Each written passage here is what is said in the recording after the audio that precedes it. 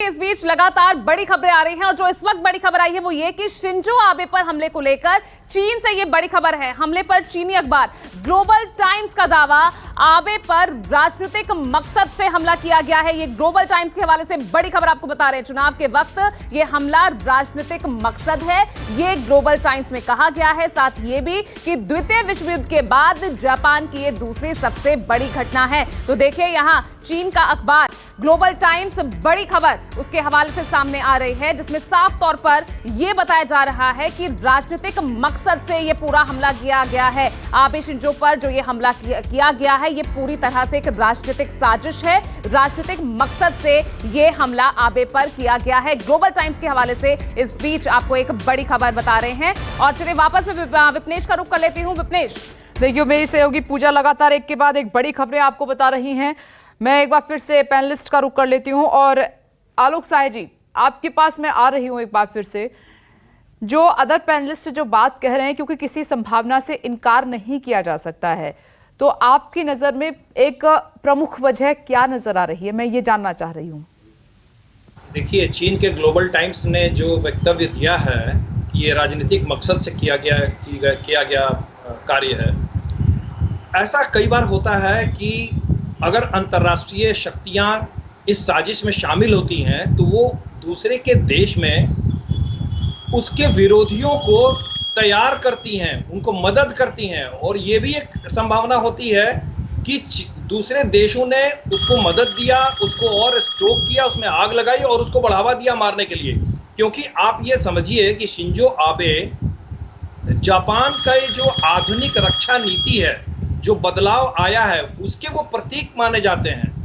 2014 के बाद से जिस तरह से शिंजो आबे ने जापान की रक्षा नीति में बदलाव किया, डिफेंस एक्सपोर्ट्स की तरफ वो आए, जिस तरह से उन्होंने अलाइनमेंट शुरू किया विश्व के अन्य देशों के साथ, रक्षा संबंध बढ़ाए, कोऑपरेशन स्टार्ट किया, तो शिंजो आबे इसके प्रतीक माने जाते हैं। और इससे विश्व में जो चीन और इस तरह की जो शक्तियां हैं उनको काफी तकलीफ हुई है। वो उनकी आंखों के किरकिरी थे, इसमें कोई शक नहीं है मुझे। तो अब तो ये जांच का विषय है कि इसमें सिर्फ राजनीतिक उद्देश्य था या इसमें विश्व की कोई और शक्ति का भी मिला जुला प्रयास इसमें शामिल था। ये जांच के बाद ही पता चल पाएगा। नहीं, ये जो चीन का माउथ पीस है ग्लोबल टाइम्स, इस पर हम कितना भरोसा करें? ये इतनी हड़बड़ाहट क्यों, अचानक से इतनी बड़ी स्टेटमेंट कैसे दे दी? ये भी सवालों के घेरे में है। जी हाँ, वो बहुत जल्दी से उन्होंने स्टेटमेंट दिया है क्योंकि वो डाइवर्ट करना चाहते हैं। सभी जांच एजेंसियों की निगाहें जो हैं वो चीन से कोई लिंक तो नहीं है इस तरफ बढ़ेंगी, तो चीन इस चीज को डिफ्लेक्ट करना चाहता है। और ग्लोबल टाइम्स वो चीन की सत्ता का माउथपीस है, ये सभी जानते हैं। तो उन्होंने बहुत जल्दी ही एक डिक्लेरेशन दे दिया कि ये राजनीतिक हत्या है।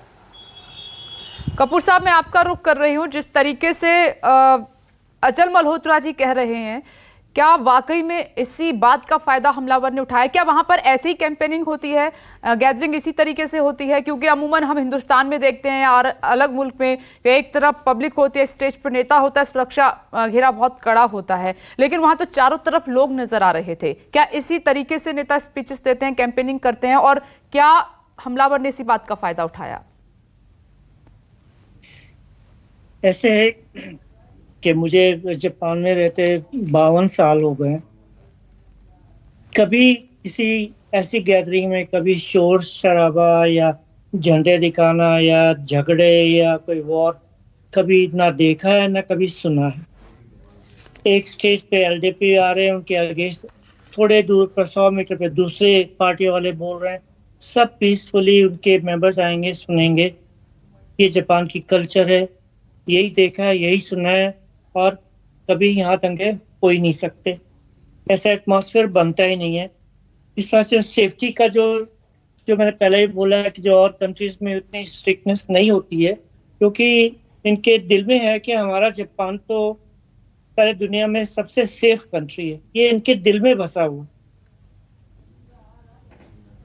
यही मैं कहना चाहता हूँ। ये बात सच है, जिस तरीके से तमाम हमारे पैनलिस्ट भी। आलोक जी, कुछ कहना चाह रहे हैं क्या आप? तरह का प्रोटेक्शन होता है पॉलिटिकल लीडर्स का, वो बिल्कुल ही अलग होता है अन्य देशों से। वहां पर फिजिकल सिक्योरिटी को बहुत ज्यादा महत्व अभी तक नहीं दिया जाता रहा है। वहां पर फेशियल रिकॉग्निशन और आर्टिफिशियल इंटेलिजेंस के तहत हर आदमी जो वहां जाता है उसकी पूरी प्रोफाइलिंग चेक की जाती है और वो आर्टिफिशियल इंटेलिजेंस और टेक्नोलॉजी के द्वारा ज़्यादातर सुरक्षा प्रदान करने में विश्वास रखते हैं। लेकिन अब जापान को ये सोचना पड़ेगा कि जैसे हमारे अन्य देशों में होता है, फिजिकल सिक्योरिटी होती है, फर्स्ट ईयर होता है, सेकंड ईयर होता है, थर्ड ईयर होता है, तो ये भी अब जरूरी होगा, जापान को इस पर अब सोचना पड़ेगा। ये सवाल नेक्स्ट में पुटअप करने वाली थी संजीव। ये सवाल, अब क्या इस हमले के बाद वहां की पॉलिसी, सिक्योरिटी सिस्टम, उसमें बदलाव देखने को मिलेंगे, क्योंकि पूरा जापान हिल गया इस बड़े हमले से?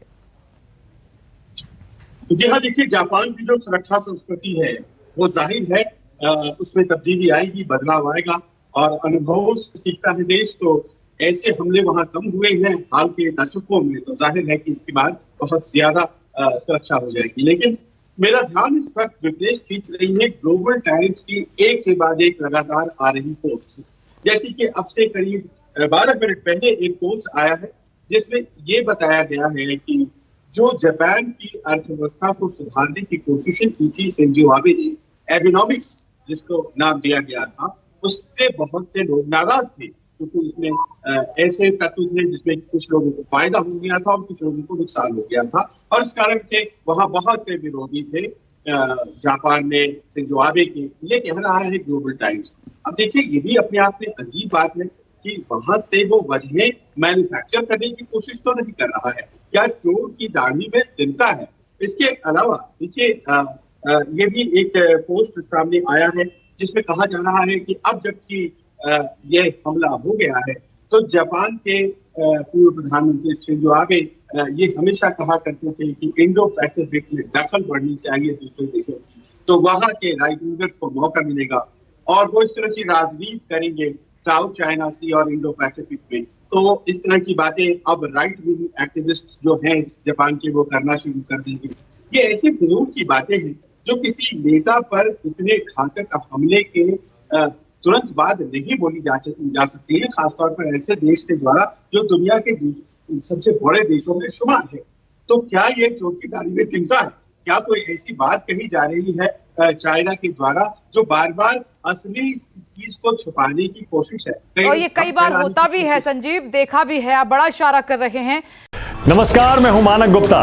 अगर आपको हमारा ये वीडियो पसंद आया हो तो इसे लाइक और शेयर जरूर करें, और हाँ, हमें सब्सक्राइब और फॉलो करना ना भूलें ताकि आप देश और दुनिया की कोई खबर मिस ना करें। तो जुड़े रहिए हमारे साथ और देखते रहिए न्यूज़ 24।